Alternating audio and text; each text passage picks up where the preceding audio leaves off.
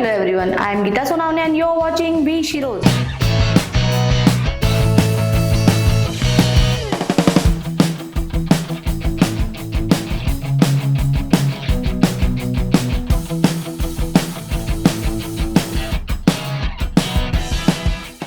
Hello everyone, I am Geeta Sonawane and you are watching Be Sheroes. Be Sheroes में जो shero आज हमारे साथ है, शी इज़ नीलम पटेल, जो 80 ईयर की है, जिन्होंने बहुत सारे अवार्ड अचीव किए हैं।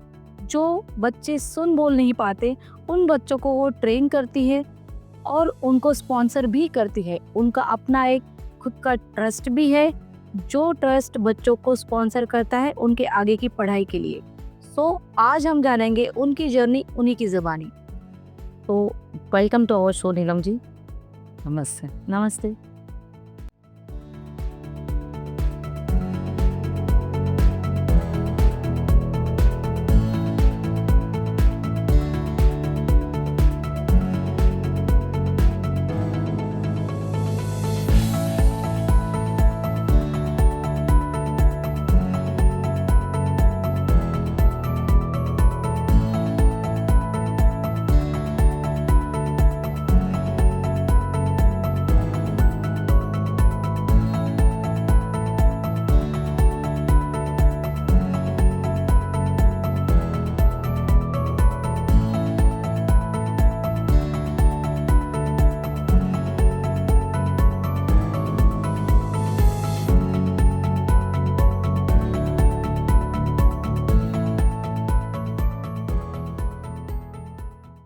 सो Neelam ji, tell me something about you. आप अपने बारे में कुछ बताइए ना। मैं स्पीच एंड हीयरिंग स्पेशलिस्ट हूँ और 40 साल से ऐसे श्रवण बधिर बच्चों को मैंने पढ़ाया है और मैं मेरे ट्रस्ट की फाउंडर एंड मैनेजिंग ट्रस्टी भी हूँ। ट्रस्ट का नाम है नीलम पटेल बोगोशोट फाउंडेशन। ओके, तो वो भी उसको भी 32 इयर्स हो गए हैं। तो मैंने मतलब ज़्यादा करके मेरी पूरी लाइफ ये बच्चों के साथ ही गुजारी है और उनके माता पिता के साथ गुजारी है। ऐसे बच्चों को मैंने ट्रेन किया है, बट वो ट्रेन इस तरह कि वो नॉर्मल बच्चों के जैसे ही ट्रेन हो जाए, मतलब नॉर्मल बच्चों के जैसे ही बातें करे, नॉर्मल स्कूल में जाए, नॉर्मल कॉलेज में पढ़े और जैसे पूरी सोसाइटी में भी ऐसे इंटीग्रेट हो जाए जैसे नॉर्मल लोग हैं। तो उनको स्पेशल ट्रीटमेंट कोई देने की ज़रूरत नहीं है और उसको कितने अपने तरह बना ले, वो ही मेरी कोशिश रही है। ओके, जैसे बच्चों को तो आप ट्रेनिंग दिया, आपने इतने सारे बच्चों को पढ़ाया है, हाँ, तो आपको तो पेरेंट्स को भी उनको भी ना वो मैं जो ट्रेनिंग देती हूँ उसमें मदर ट्रेनिंग एक बहुत इम्पोर्टेंट पार्ट है। अब बच्चे की ट्रेनिंग तो करती हूँ मैं, बट वो बच्चा मेरे पास हफ्ते में 2 या 3 घंटा आएगा, बाकी का समय तो अपने घर में पेरेंट्स के साथ ही बिताएगा। तो मदर ही एक्चुअली रियल ट्रेनर होती है, जो बच्चे को 24 घंटे जब भी मौका मिले वो ट्रेनिंग देती रहती है। तो ऐसे बच्चे फिर बोलने भी लगते हैं और जैसे बिल्कुल नॉर्मल के जैसे बड़े होते हैं। ओके, तो उनके लिए क्या आप ट्रेनिंग में कैसे उनको आप काउंसलिंग कैसे करते हो उनके साथ? काउंसलिंग एक बहुत इम्पॉर्टेंट पार्ट है, क्योंकि कई मदर्स मतलब ज़्यादा करके सबको एक तो बच्चे की जो क्षति है उसके लिए जब पता चलता है तो शॉक लगता है कि वो सुनने, हाँ, वो शॉक में ही वो उनकी बिहेवियर बच्चे की तरफ नेगेटिव हो जाती है। बहुत सारे पेरेंट्स को ऐसे होता है कि वो रिजेक्ट करते हैं बच्चे को, फिर वो बहुत प्रॉब्लम होती है। तो पहले तो काउंसलिंग करके ये बच्चे की जो भी हैंडीकैप है उसको एक्सेप्ट करो और फिर उसके बाद पॉजिटिव एक्शन लेकर बच्चे के साथ काम करो। तो वो काउंसलिंग बहुत ही बड़ा पार्ट होता है एंड ये थ्रू आउट चलता है, शुरू में ज़्यादा, लेकिन थ्रू आउट जितने भी साल ट्रेनिंग के लिए आए तो काउंसलिंग टाइम टू टाइम अलग अलग सब्जेक्ट पे करना ही पड़ता है। एब्सोल्युटली। सो आपको बच्चों को तो ट्रेन करना है, पेरेंट्स को भी आपको ट्रेन करना पड़ना है, क्योंकि मदर ही लेके आती है बच्चे को, तो साथ साथ में मदर को भी तो ट्रेन करना पड़ता है। बिकॉज पेरेंट्स को तो एक्सेप्ट करना ज़्यादा जरूरी है, क्योंकि पेरेंट्स एक्सेप्ट करेंगे तभी तो सोसाइटी भी एक्सेप्ट करेगी जी। ओके, तो नीलम जी, जैसे आपने बोला कि आपने एक ट्रस्ट का निर्माण निर्माण किया है, तो ये सोच कैसे आई आपको? एक्चुअली ये बच्चों के साथ काम करते करते 15 साल हुए हैं। तो मैंने देखा कि ये बच्चे बहुत होशियार होते हैं, ज़्यादा करके काफ़ी इंटेलिजेंट होते हैं, कोई कोई तो ब्रिलियंट भी होते हैं और ऐसे बहुत अच्छी तरह पढ़ने की उसकी क्षमता होती है। तो ऐसे बच्चों को ये बढ़ावा देना चाहिए हमें कि नॉर्मल स्कूल में जाए, नॉर्मल कॉलेज में जाए और आगे पढ़े, यूनिवर्सिटी एजुकेशन ले। तो इसके लिए मैंने ये ट्रस्ट स्टार्ट किया कि एक तो पहले बात तो trust encourages main stream education, तो इंक्लूजन ये बच्चों का हो गया। और फिर इनको आगे पढ़ना है, सपोज अब्रॉड भी पढ़ने जाना है तो इसकी फाइनेंस। फंड्स की तो ज़रूरत पड़ती है और बहुत सारे अफोर्ड नहीं कर सकते हैं, तो ये सबको स्कॉलरशिप देती हूँ। ओके, तो ये स्टार्ट कैसे, ये आपको सोच आई कैसे कि मुझे ट्रस्ट ओपन करना? एक्चुअली मेरी 50वीं सालगिरह आने वाली थी और 8-10 दिन पहले ही मैं सोच रही थी कि मैं कैसे सेलिब्रेट करूँ। 50th बर्थडे है तो एक बड़ी चीज़ होती है, एक मेरा खुद का माइलस्टोन है। तो मैं सोचती थी कि 15 साल में जितने बच्चों को पढ़ाया और उसके पेरेंट्स को सबको एक दावत दूँ। ओके, और फिर मैं ये सोच के रखा ही था कि ऐसे मैं करूँगी। फिर एक गुरुवार को मैं साईं बाबा के मंदिर जा रही थी। मैं साईं बाबा में बहुत मानती हूँ। Me too. तो उसी समय रास्ते में मुझे एकदम से ख्याल आया कि ये पैसे जो दावत में इतने लगाए, तो उससे अच्छा मैं क्यों वो पैसे से मैं ट्रस्ट नहीं स्टार्ट करूँ। ओके, तो ये बच्चों के लिए उनको फाइनेंशियल सपोर्ट भी हो जाएगा, एंकरेजमेंट भी हो जाएगी और एक कुछ परमानेंट स्टार्टिंग हो जाएगा कि मेरे बाद भी लोग चला सकते हैं। एब्सोल्युटली। तो बस वो सोच आई और मुझे लगा कि मुझे साईं बाबा ने ही के लिया, तो मैंने बस वो ही कर लिया फिर। सो ट्रस्ट ओपन आप बोल रहे थे कि कुछ हाफ डे में ही ट्रस्ट ओपन कर लिया, तो वो कैसे हुआ? ऐसे सोच मेरे को ये सोच आई तो मैंने सोलिसिटर को फ़ोन किया। वो बोले तुम्हारे ऑब्जेक्टिव्स वगैरह मेरे को भेज दो, कौन ट्रस्टी है उसकी डिटेल्स भेज दो और मैं ट्रस्ट डीड बना देता हूँ। ओके, तो उन्होंने 8 दिन में सब फटाफट तैयार कर दिया।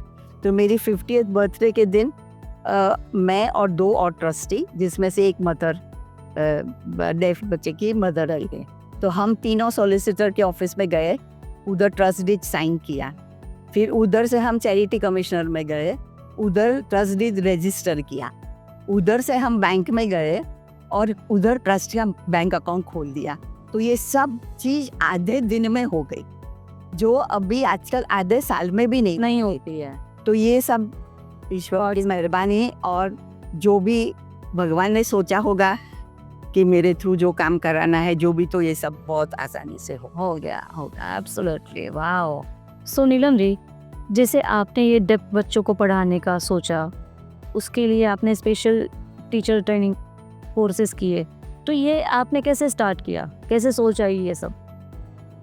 एक्चुअली मैं एसएससी के बाद मैंने होम साइंस का डिप्लोमा किया, फिर सामान्य बच्चों को पढ़ाने का टीचर्स ट्रेनिंग कोर्स किया। फिर उसके बाद आगे कोई पढ़ाई का कोई स्कोप नहीं था, तो ये जो मेंटली रिटार्डेड बच्चों का ट्रेनिंग का कोर्स था वो मैंने कर लिया। तो सब मेरे डिप्लोमाज एजुकेशन के हो गए। फिर बाद में मैंने एक्चुअली पढ़ाया नहीं किसी को, क्योंकि मेरी शादी हो गई। ओके, फिर शादी के 14 साल के बाद मैं अपने पति से सब अलग हो गई और मैं वापस मुंबई आ गई मेरे माता पिता के पास। तो तब मुझे वो प्रीवियस क्वालिफिकेशन के ऊपर से मुझे कोई जॉब नहीं मिल रही थी। तो फिर मैंने सोचा कि मुझे कुछ ज़्यादा क्वालिफिकेशन करनी पड़ेगी। तो मैं पेपर में देखती थी, तो मैंने पेपर में एडवर्टाइजमेंट देखा कि ये डेफ बच्चों को पढ़ाने का टीचर्स ट्रेनिंग कोर्स ऑफर हो रहा है और मेरे मम्मी पापा के घर से बहुत ही नज़दीक था ये सेंटर। तो मैंने तुरंत वो ज्वाइन कर लिया और वो 1.5 साल के जो कोर्स था उसमें मैं बच्चों से मेरा बहुत लगाव हो गया और मैं बहुत जुड़ गई। फिर मैंने पीछे मुड़ के नहीं देखा। मैं थ्रू आउट माई लाइफ मैंने ऐसे बच्चों के साथ काम किया। वाओ। सो ऐसा कोई एक्सपीरियंस याद है जैसे बच्चों को आपने पढ़ाया हो और वो कुछ मेमोरेबल रहा हो? जैसे आप तो बहुत अटैच हो चुकी थी इसीलिए आपने एज अ करियर इसको चुन लिया, आपने उसी सिलसिले में आपने वो ट्रस्ट भी स्टार्ट कर दिया। तो कैसे, मतलब इतना तो क्या अटैचमेंट हो गया आपने, क्या ऐसे बच्चों को देख? क्योंकि ये बच्चे बिल्कुल नॉर्मल है, तो मतलब उनको पढ़ाना है वही रहे हो, ऑर्डर्स एक्सेप्ट करना ही बहुत डिफिकल्ट होता है। ये, क्योंकि मैंने जब उन लोगों के साथ काम करते मैंने देखा कि ये बच्चे अदरवाइज बिल्कुल नॉर्मल है। देखो, मेंटली चैलेंज बच्चों को पढ़ाना वो एक स्ट्रेसफुल एक्सपीरियंस होता है। जैसे इधर ये बच्चों को पढ़ाने का इतना नहीं था और बहुत सेटिस्फेक्शन मिल रहा था, तो वो ही मुझे ऐसे लगा कि नहीं, ये बच्चों के साथ ही मुझे काम करना है, कि वो उनको बिल्कुल नॉर्मल लेवल पे लाना है मुझे, और नॉर्मल के साथ ही उन लोगों को इंटीग्रेट करना है मुझे। तो मुझे यही बच्चों के साथ काम करना है। नीलम जी, जैसे आपने बहुत सारे अचीवमेंट्स किए हैं लाइफ में, बहुत सारे अवार्ड्स आपको मिले हैं, अभी तो आपको लाइफ टाइम अचीवमेंट अवार्ड भी मिला है। So first of all congratulations for you. So आपका सबसे अच्छा वाला एक्सपीरियंस कौन सा रहा इस अवार्ड्स के बारे में? अभी एक तो पहला अवार्ड तो मतलब मेरे को मिला था कॉमनवेल्थ फाउंडेशन से, first Asian Pacific conference on deafness, जो हांगकांग में हुई थी 1986 में। तो उसके लिए मुझे एक हफ्ते के लिए उधर पूरा आने जाने का, रहने का सब अवार्ड में मिला था, और उधर पेपर भी प्रेजेंट करना था। तो मैं तब तक 86 तक मैंने 6-7 साल में जो भी काम किया था उसके बारे में एक पेपर तैयार किया, तो वो उधर मैंने प्रेजेंट किया। तो वो एक्सपीरियंस भी बहुत अलग था कि इंटरनेशनल लेवल पे कॉन्फ्रेंसेस कैसे होती है, सब अलग अलग देश के लोग आते हैं, तो सब देश में इनकी टीचिंग मेथड कैसी होती है और वो कौन से मेथड यूज़ करते हैं, और मुझे ऐसे ऑडियंस के सामने मुझे बोलने का मौका मिला। इंडिया में काम क्या हो रहा है वो बताने का मौका मिला, इंडिया को रिप्रेजेंट का मौका मिला। और ऐसे छोटे बच्चे जो 2-3 साल से भी कम हैं, उन लोगों का उनका जो प्रोग्रेस लैंग्वेज स्पीच में हुआ, वो पूरा रिसर्च पेपर जैसे बनाया था मैंने, तो वो मैंने प्रेजेंट किया। तो वो लोग सब चकित हो गए कि इंडिया में भी ऐसा काम हो रहा है, तो वो एक बहुत अच्छा एक्सपीरियंस था। वाह। फिर दूसरा मुझे रोटरी इंटरनेशनल में से एम्बेसडरियल फेलोशिप मिली 1 साल अमेरिका में पढ़ने के लिए। तो वो masters in speech and hearing के लिए मुझे 1 साल का पूरा खर्चा वो लोगों ने उठाया। तो उधर भी मुझे बहुत अच्छे एक्सपीरियंसेस हुए, क्योंकि एक तो अमेरिका में जब मैं गई तो बिल्कुल नया मॉल और कल्चर नया, कुछ भी पता नहीं है, उधर के एजुकेशन सिस्टम कुछ भी नहीं पता है। तो रोटरी वालों ने ही मुझे एक काउंसलर दिया था। तो वो काउंसलर और उसकी फैमिली वो मतलब मेरे से बहुत जुड़े हुए थे, और कुछ भी कभी भी बीच में अपने घर लेके जाते थे, डिनर पर बुला लेते थे, बाहर लेके जाते थे। तो मुझे उन लोगों से क्लोज कांटेक्ट में अमेरिका के फैमिलीज कैसे जीते हैं, कैसे इनकी वैल्यूज़ क्या होती है, इनके कस्टम्स क्या होते हैं, तो वो मुझे सब पता चला। फिर इंस्टीट्यूट में जो मैंने मास्टर्स डिग्री हासिल की 1 साल, तो पूरी इंस्टीट्यूट में उनकी पढ़ाने की सिस्टम क्या है, ये बच्चों को कैसे अलग अलग सेग्रीगेट करके अलग अलग सब्जेक्ट कैसे करते हैं, किन बच्चों को कॉक्लियर इम्प्लांट करते हैं, और कैसी टीचर्स ट्रेनिंग होती है, तो वो सब देखने को मिला। और उधर भी मैंने अपना इंडिया का भी रिप्रेजेंटेशन किया, ओरल मेरी एग्ज़ाम जो हुई, तो वो लोग भी उधर थोड़े चकित हो गए कि इंडिया में हाँ अप्रिशिएट भी किया। तो वो एक अलग सा एक्सपीरियंस था। और रोटरी फाउंडेशन से मेरी ये पूरी स्कॉलरशिप थी, तो वो एक ऑब्लिगेशन था कि मुझे रोटरी क्लब में मुझे जाना था, वो अटेंड करनी थी, लोकल लेवल पे, डिस्ट्रिक्ट लेवल पे। और उधर इंडिया के बारे में मुझे बताना था, तो मैं एक स्लाइड शो प्रिपेयर करके लेके गई थी। तो हमारी इंडिया की जो मेन जगह है उनके बारे में बताती थी। फिर अपने इंडियन कस्टम्स, इंडियन रिलीजन, मतलब इंडियन वैल्यूज़, वो सब के बारे में बताती थी। और मेरे सेशन के बाद क्वेश्चन आंसर सेशन होते थे, तो उनको जो भी पूछना था तो वो पूछते। तो वो एक अलग सा एक्सपीरियंस था। इंडिया को रिप्रेजेंट करना इटसेल्फ ये प्राउड मोमेंट है। Yes yes yes, absolutely, very much. Neelam ji, जैसे आपने अभी जो बताया, जो इंटरनेशनल अवार्ड्स आपको मिले, लेकिन अभी रिसेंट आपको इंडिया में लाइफ टाइम अचीवमेंट अवार्ड मिला, वो कैसा फील था? वो बहुत ओवरवेलमिंग एक्सपीरियंस था। और मुझे बोलने के लिए मेरे पास कोई शब्द नहीं थे टू एक्सप्रेस माई फीलिंग। बहुत ही मतलब खुशी भी थी और इमोशनल मोमेंट भी बहुत थी। क्योंकि ये 40 इयर्स में मैंने हंड्रेड्स ऑफ चिल्ड्रन को, बहुत इतने बच्चों को पढ़ाया है और इतनी मदर्स को ट्रेन के मैं गिन नहीं सकती। तो मेरे लिए वो प्राउड मोमेंट भी थी और इमोशनल मोमेंट भी थी। एब्सोल्युटली। सो मैंने congratulation first of think you इतने सारे अवार्ड्स के लिए भी और लाइफ टाइम अचीवमेंट अवार्ड के लिए भी। नीलम जी, जैसे आपने इतना सारा अचीव किया है, इतने सारे अवार्ड्स आपको मिले हैं, सो आपको बहुत सारे चैलेंजेस को भी फेस करना पड़ा होगा, राइट? वो तो चैलेंजेस को तो right from the beginning face करना पड़ा। और स्पेशली मेल डोमिनेटेड सोसाइटी में एक फीमेल को खड़ा रहना और इतनी 80 ईयर के आप हो और उसमें टिके रहना, वही सबसे बड़ा चैलेंज। तो फिर उसको आपने कैसे डील किया उस चीज़ को? अभी वो जब मैंने ये डेफ बच्चों को सिखाने का कोर्स किया, तो उस टाइम भी मुझे MA करना था। ओके। हाँ, लेकिन मेरे जो पहले के जो डिप्लोमास थे तो मैं नहीं कर सकती थी। लेकिन पेपर में एक एड आई कि मैसूर यूनिवर्सिटी से कॉरेस्पॉन्डेंस कोर्स में है, if you are about 25 BA कर सकते हैं डायरेक्ट, और if you are about 35 MA कर सकते हैं। तो मैंने वो ज्वाइन कर दिया, मैसूर यूनिवर्सिटी का MA का कोर्स मैंने ज्वाइन कर दिया। उसके लिए भी मेरी जो स्कूल में मैं पढ़ाती थी, तो उधर मैंने रिक्वेस्ट की कि मुझे पार्ट टाइम जॉब दो, मुझे फुल टाइम नहीं करना है क्योंकि मुझे पढ़ाई करनी है। तो उन्होंने मुझे बोला कि या तो फुल टाइम रहो या तो छोड़ दो। तो मैंने छोड़ दिया। तो ये भी ऐसी भी घटना बनी कि मुझे बहुत कैलकुलेटेड रिस्क लेना पड़ा मेरी करियर में। वो मैंने छोड़ दिया क्योंकि मैंने ठान ली थी मुझे MA करना ही है, और इसी में लिए MA करना ही है। क्यों? क्योंकि मुझे अब्रॉड जाना है। तो पर्टिकुलर स्कॉलरशिप के लिए मुझे MA या BA ज़रूरी था, तो वो छोड़ दिया मैंने। लेकिन मेरी भी ऐसी भगवान की कृपा से ऐसी किस्मत थी कि किसी ने मुझे प्राइवेट क्लिनिक में आधा दिन काम करने को ऑफ़र दे दी, तो मेरा काम चल पड़ा।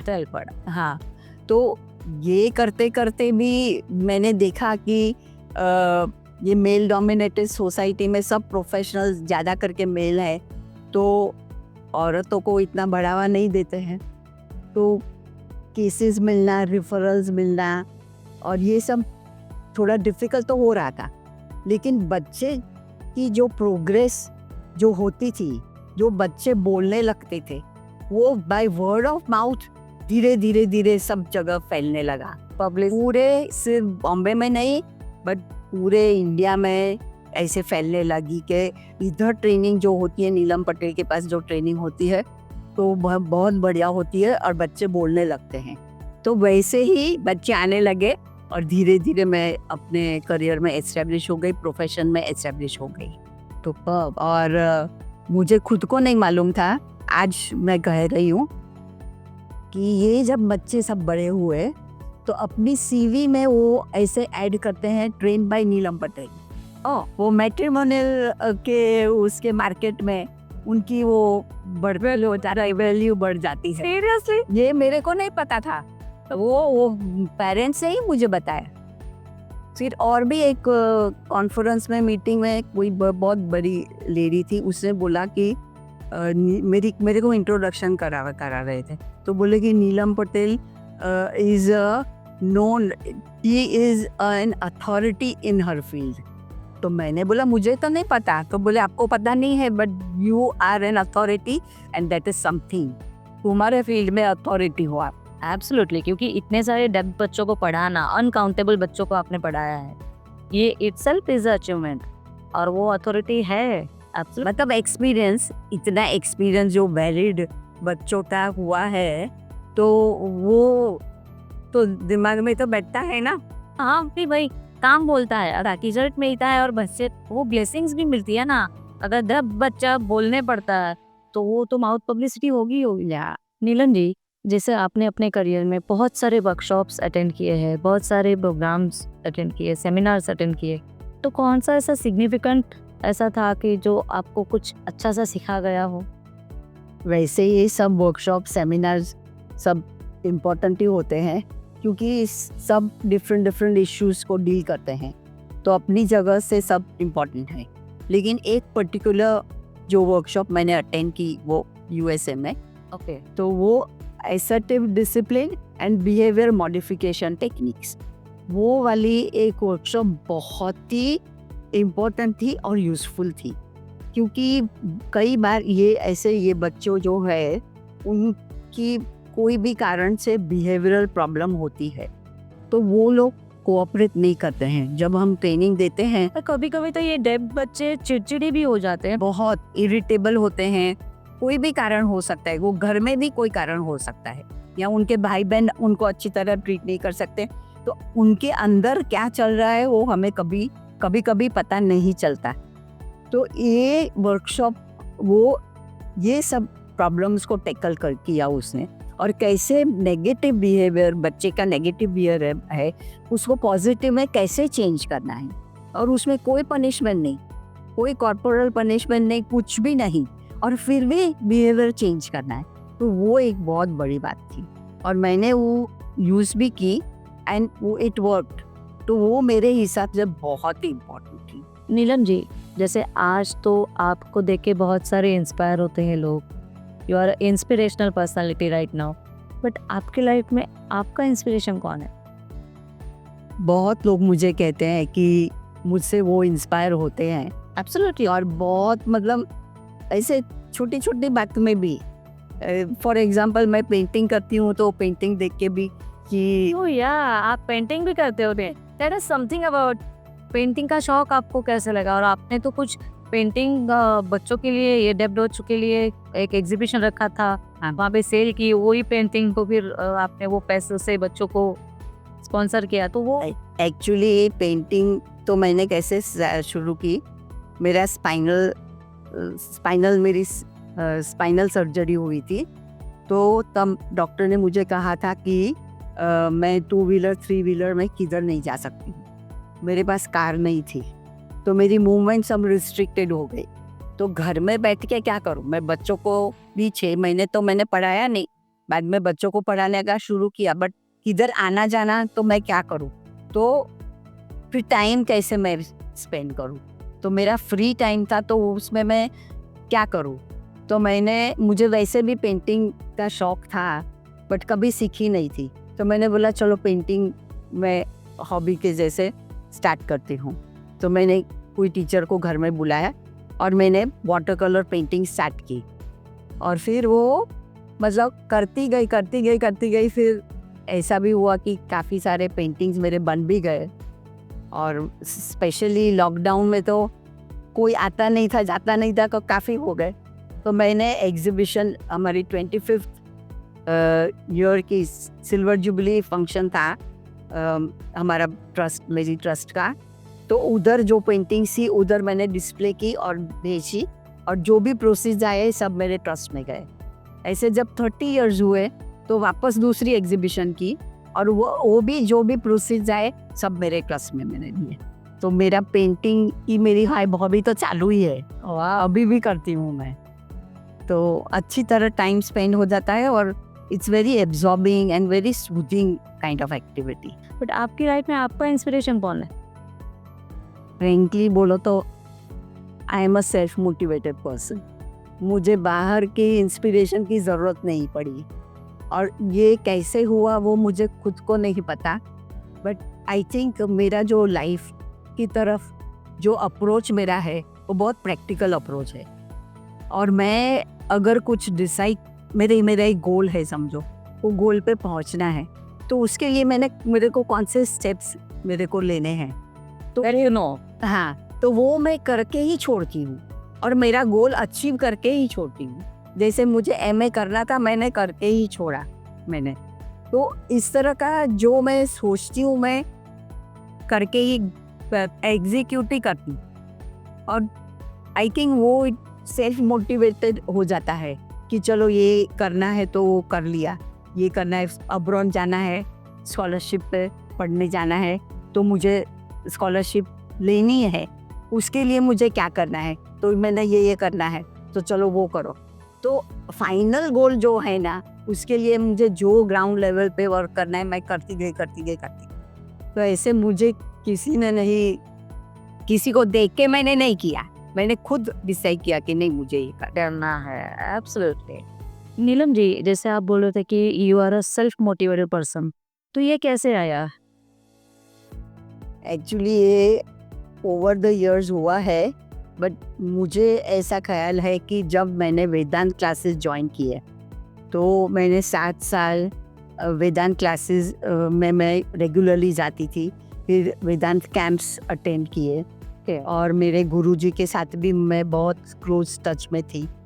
तो ये वेदांत का जो नॉलेज है वो मेरे को लगता है उससे मुझे बहुत ऑब्जेक्टिव बनाया, और मुझे मेरी खुद की एक एक चीज़ को बाहर से देखने की मुझे सिखाया, बाहर से देखने का कि मैं क्या करती हूँ। तो वो इतनी सारी ऑब्जेक्टिविटी आ गई थी कि मुझे किसी को कुछ पूछने की ज़रूरत नहीं पड़ती थी कि मुझे क्या करना है, मुझे इसके बाद ये करना है, वो अपने आप ऑटोमेटिक आने लगा। तो वो स्पिरिचुअल बैकग्राउंड भी मुझे लाइफ में बहुत हेल्प की है मुझे।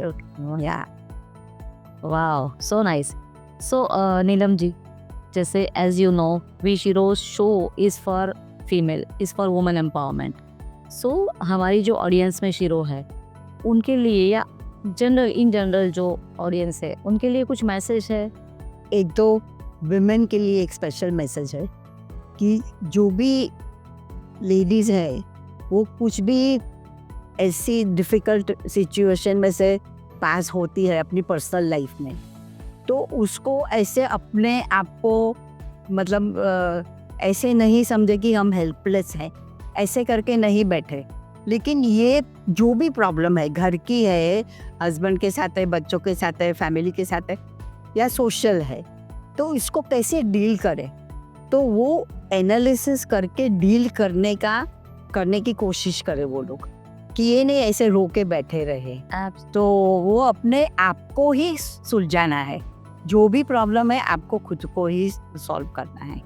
फिर जनरल पब्लिक के लिए ये है कि ऐसे जो हियरिंग इम्पेयर्ड चिल्ड्रन है, एडल्ट्स है, उनको बिल्कुल नॉर्मल की तरह से आप ट्रीट करो, कोई खास स्पेशल ट्रीटमेंट देने की ज़रूरत नहीं है, क्योंकि उनसे उनको ज़्यादा इन्फीरियरिटी कॉम्प्लेक्स आता है। तो बिल्कुल नॉर्मल से उनको ट्रीट करो, क्योंकि वो नॉर्मल है, सिर्फ सुनने की उनकी एक क्षति है, बाकी कुछ सब इंटेलिजेंट भी है, सब कैपेबल भी है। तो वो एक है, तो मेन स्ट्रीम में आ जाएंगे अपनी सोसाइटी के। तो फिर जैसे बड़े हो जाएंगे तो जॉब अपॉर्चुनिटीज़ है, उसमें भी इक्वल अपॉर्चुनिटी मिले, तो वो सब ऐसी तरह ट्रीट करें जनरल पब्लिक। और आजकल के यूथ को ये मैसेज है, यंग जनरेशन का स्पेशली ये है कि कोई भी ऐसी सोशल ऑर्गेनाइजेशन के साथ जुड़े रहे, हफ्ते में 1 घंटा 2 घंटा जो भी अपने समय, उचित समय है, हफ्ते में कितनी बार जाना है, कितना समय डालना है, कौन सी संस्था में जुड़ना है, वो जुड़े रहे। तो थोड़ा सोशल वर्क की आदत डालें, और उससे उन लोगों को खुद को भी बहुत अच्छा लगेगा, अपने फ्रेंड्स को भी मोटिवेट करें ऐसे संस्था में जुड़े रहे, क्योंकि आजकल के यूथ की बहुत ज़रूरत है, ऐसे संस्थाओं में बड़े लोगों को बहुत ज़रूरत है। तो वो यूज़फुल होंगे उनको, तो उनको खुद को अपने बारे में बहुत अच्छा लगेगा, सेल्फ सेटिस्फैक्शन मिलेगा। और वो करते रहेंगे। So Neelam ji, thank you so much for coming in our show. आपकी वजह से बहुत सारी महिलाएं मोटिवेट होंगी, बहुत सारे आपने इतने हंड्रेड्स ऑफ डेप्थ बच्चों को सिखाया है, तो वो सारी स्टोरीज जो भी महिलाएं देखेंगी या जो भी आम जनता देखेंगी, तो उनके लिए बहुत मोटिवेशन होगा, बहुत ही उनको नॉलेज हो मिलेगा इस चीज़ से। So thank you so much for coming in our show. Thank you so much.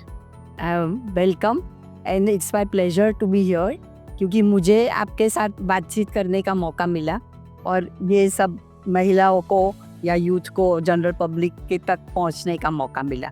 तो thank you very much. So Neelam ji, this is a appreciation certificate for our side. Thank you so much for coming in our show. Thank you so much.